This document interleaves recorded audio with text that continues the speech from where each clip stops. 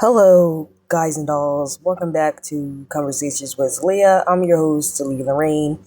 And in today's video, we're going to recap and review the Boondocks episode, The Trial of R. Kelly. This episode, which came out in 2005, discusses the R. Kelly case and ended up predicting the verdict. Though it also shines a light on celebrity and stan culture, which I'll discuss in this video.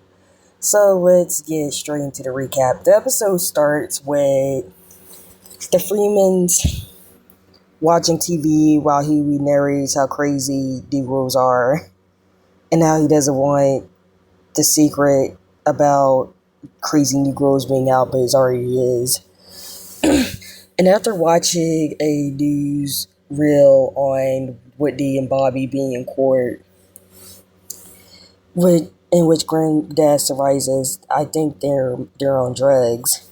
They didn't cut to a news report about the R. Kelly case, which the news reporter mentions golden showers and refers to Kells as a hip hop artist, despite the fact R. Kelly was an R&B singer and not a hip hop artist. But that just goes to show you the racism some of these newscasters exhibit by referring to R&B artists as hip hop, even though they're two different genres. Yes, they coexist with each other, and there are collabs between hip hop and R&B artists, but they're two different genres. And Granddad, being an old man, does not get what golden showers means to take, which causes Riley to laugh at him. And then we get another news report about the R. Kelly trial, which is prosecuted by Tom Dubois, their next door neighbor.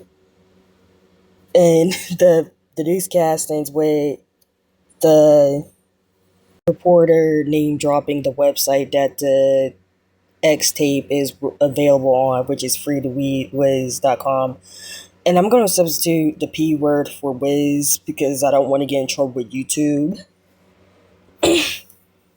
So if I do say Wiz, I'm substituting for the P word, which intrigues Riley, and he tries to sneak to watch the tape to no avail, which is a reference to how widely available the tape was. Because for those asking how the tape came about, some mysterious person sent it to, instead of sending it to police, they sent it to Jim DeRogatis, a music reporter for the Chicago Sun-Times. But somehow got released on the streets to the point people on street corners and barbershops were selling it, which is disgusting. Really, if you really look at it, because that's literally cheese pizza. And I'm using cheese pizza since I can't say the other word on here. Or CSAM as they now say it nowadays. But back to the show. The next day, Huey and Riley are walking to the trial when they bump into Tom, and Tom notices Riley's sign, which is spelled incorrectly, reflecting on Riley's and the other R. Kelly supporters' illiteracy. And Riley gets into a straight up debate with Tom about a victim, even pretty much which falls into victim shaming, with him stating things like, if she didn't want to get whizzed on, she should have moved out the way. In which he replies that Tom got beat by an 8-year-old, and Riley states that if R. Kelly goes to jail, he'll whiz on Tom's cat. Then the B plot, which I'm going to sum up here, is pretty much Ruckus and Robert / Granddad playing checkers. And Uncle Ruckus, for those not into the show, Uncle Ruckus is your typical self-hating black person. I can't say the other word on here for obvious reasons. He very much he's one of those black people that pretty much hold whites in high regard and kiss the ground they walk on and will praise white people any chance they get. But Ruckus and Granddad, they're discussing the case in which Uncle Ruckus rightfully denounces R. Kelly, but yet defends Jerry Lee Lewis, who literally married his underage cousin.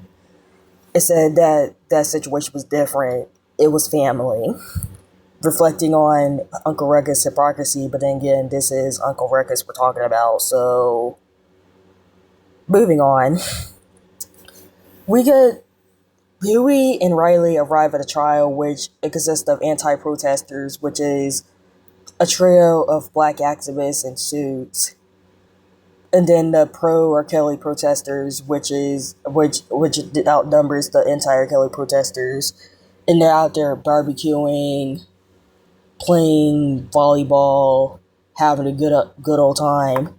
And the news reporter interviews a vocal supporter who's a heavyset black woman, and when he asks why did she supports him, she replies, "'Cause he good." Pretty much referring to his talent. And then when he asks her about the protesters, she goes on a rant, calling them uppity because for expressing the importance of reading and writing, and how she doesn't care if she gets high blood pressure, even telling off little boy for offering carrot. And then the news reporter interviews Riley, who he refers to as urban youth, in which Riley regurgitates the same talking point of how if the girl didn't want to get whizzed on, she should have moved out the way. And then a big fight a big brawl occurs between the anti-R. Kelly protesters and the pro-R. Kelly protesters, which ends with a pale yellow limousine, which was intentional, arrives with R. Kelly arriving at it.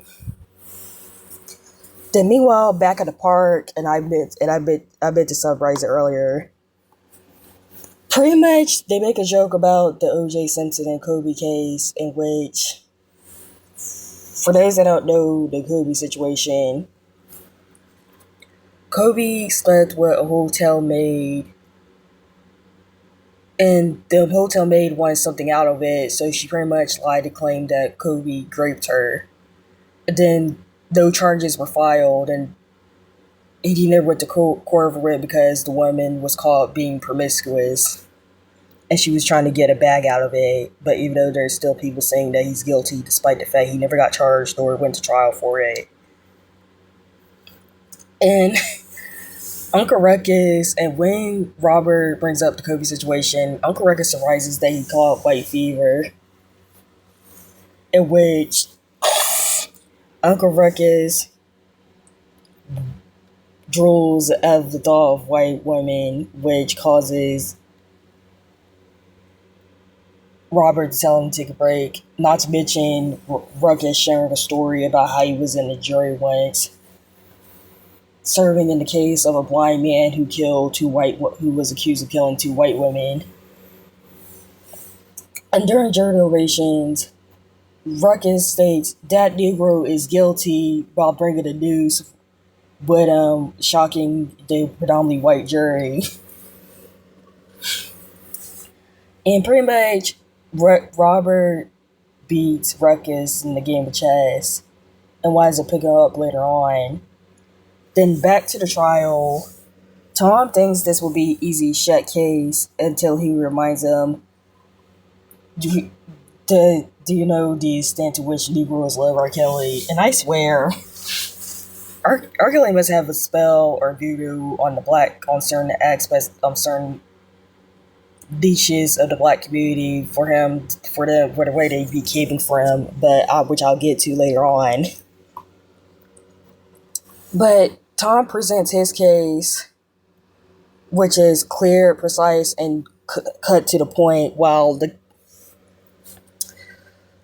defense attorney, played by the late Adam West, who's a VIP in my honest opinion, rest in peace, presents his defense, which is Chewbacca defense. And for those wondering what the Chewbacca defense was, the Chewbacca defense is pretty much a court defense that uses illogical or nonsense, irrelevant arguments to defend the client. Because the defense lawyer brings up how back in the ancient times, the ancient Greeks took in underage boys as lovers, and how they're not and how in the colonial period they took in wives as young as 10 or 12, and how they're not called out groups of widows, and bring it up how the Japanese have vending machines that sell women's underwear. Like, what the heck does that have to do with the case? Because I swear, like, defense attorney is the worst annoying character, even though it's not intention. Then Tom plays the tape, which is very graphic, and the defense attorney tries to convince them that it's not R. Kelly until R. Kelly's face pops up, and he's pretty much giving out into the phone call while still whizzing on the girl, telling him his social security number and all that. Then we get to the testimony of the girl, who's obviously a stand-in for Rashana. But this is the one discrepancy that I take issue with. In the episode, the girl who's supposed to be Rashana is still a teenager, when in actuality, the real life Rashana was in her 20s when this episode in her early 20s when this episode aired. It didn't even testify in the trial that happened, because she told the grand jury that it wasn't her. Thanks to R. Kelly convincing her and her family to lie for him, which I'll get to later on. And Tom cross-examines the girl who admitted that she wanted to get whizzed on, proving Riley's point. And to say how she's been with other guys that also whizzed on her too. The next to cross-examine her is the defense attorney, who pretty much invokes the girl's blackness to prove that R. Kelly likes his black women, his black sisters, unlike Tom, who's married to a white woman. And this turns the whole courtroom gets him to the point that when Tom tries to make his final, I forgot what they call it, final statements, one of the jury members insults him. And then the defense attorney plays a record which causes R. Kelly to perform in the courtroom, to go into celebratory mode, with the judge dancing until Huey interrupts the courtroom and goes on a speech calling him out for allowing the man to go free because of his talent, for not being harsh on and tell any R. Kelly fan, if you're a fan of him, help him and get him some older woman to help him, and don't pretend that he's a hero. In which Huey confused, and stop the damn dancing, act like you got some goddamn sense, people. In which hired Riley interjects to turn the music back on, in which caused R. Kelly gets acquitted, of course. In which Tom leaves the courtroom dejected, but is cheered up by his wife Sarah. And Huey makes a remark saying how he fought with ignorance, and ignorance won today, and how he loves his people and stuff, and how he can't blame this on a white man, but Huey remarks, but he can find a way to blame it on the white man. And that's the end of the episode. This episode aged like a fine wine. It pretty much gets into celebrity culture. Because this is not just about Curly, but it's just about celebrity stand culture in general, and how anytime a celebrity gets accused of some heinous act, we always tend to cape for them even when if there's evidence backed them up. Because the only time I believe a celebrity when a celebrity get the only time I believe a celebrity gets accused of something is when there's have a lot of evidence backing up, not just what a person says, but when there's evidence backing up. And there was a lot of evidence that R. Kelly was guilty of what he was accused of. He literally, in so many ways, brought up Rashawn and his family's silence by taking them on a trip to Bahamas and convince them to lie for him to the grand jury, which resulted in Rashawn not testifying again. The real life Rashawn, she was pretty much isolated and hidden from everything, being forced to live in office spaces, recording studios, and other places. In fact, she was literally living on the tour bus when he got acquitted and broke up with him 2 years later. And what pretty much deprogrammed her was surviving R. Kelly, which led to her and her family testifying against him in the 2022 trial, which he got convicted of. And there needs to be a video essay on how everyone failed Rashana and how Rashana was treated in the media. Because what happened to that poor lady was sad. And it seems to be R. Kelly has a spell put out on some parts of the Black community, because I read there's some people still caping from, despite the fact that he literally did all these things since the 90s. In the record industry, they knew what he was doing, but didn't care as long as he was making money. And then when the documentary Survivor R. Kelly came out, that's when they decided to kick him to the curb.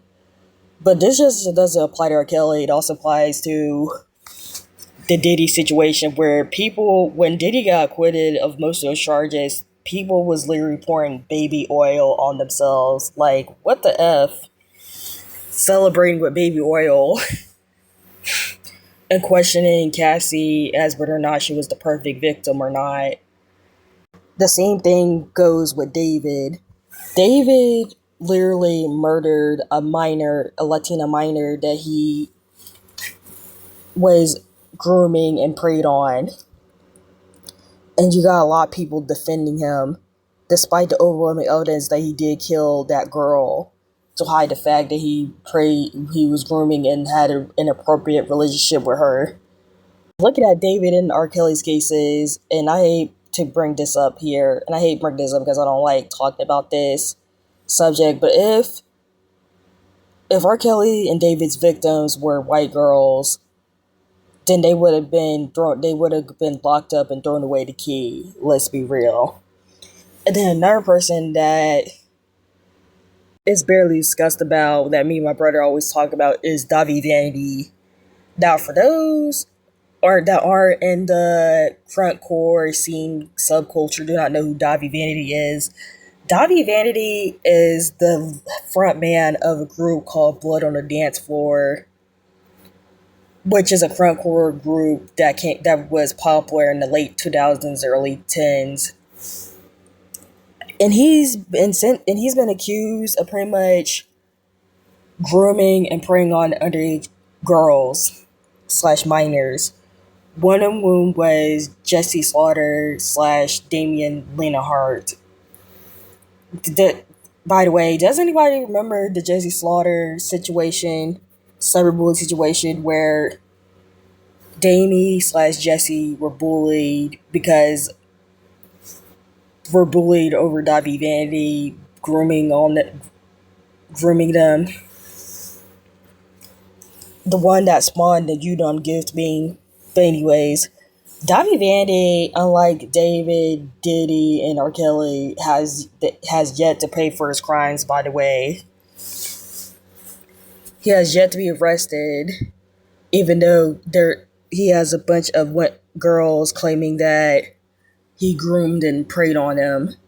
But he has yet to get arrested, and he still has a small group of fans that's pretty much bash him, that pretty much still praises him and defends him, despite the overwhelming evidence of him being guilty. Like the Jesse Slaughter situation is proof of that.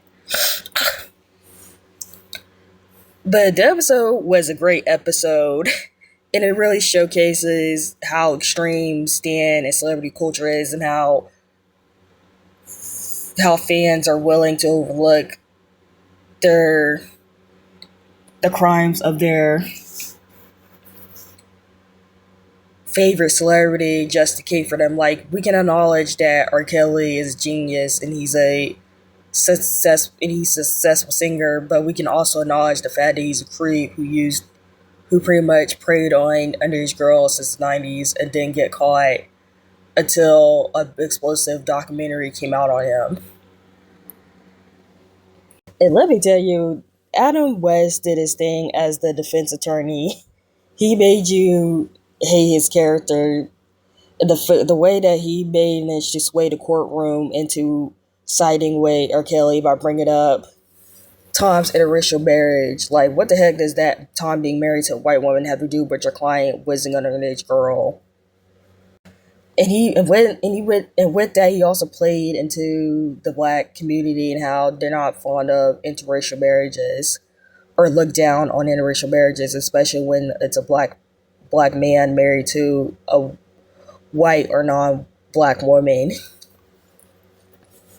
which is another topic of itself. But anyways, I hope you enjoyed this recap. Be sure to like, subscribe, and comment if you haven't already. And I'll see you guys in the next video. Bye bye!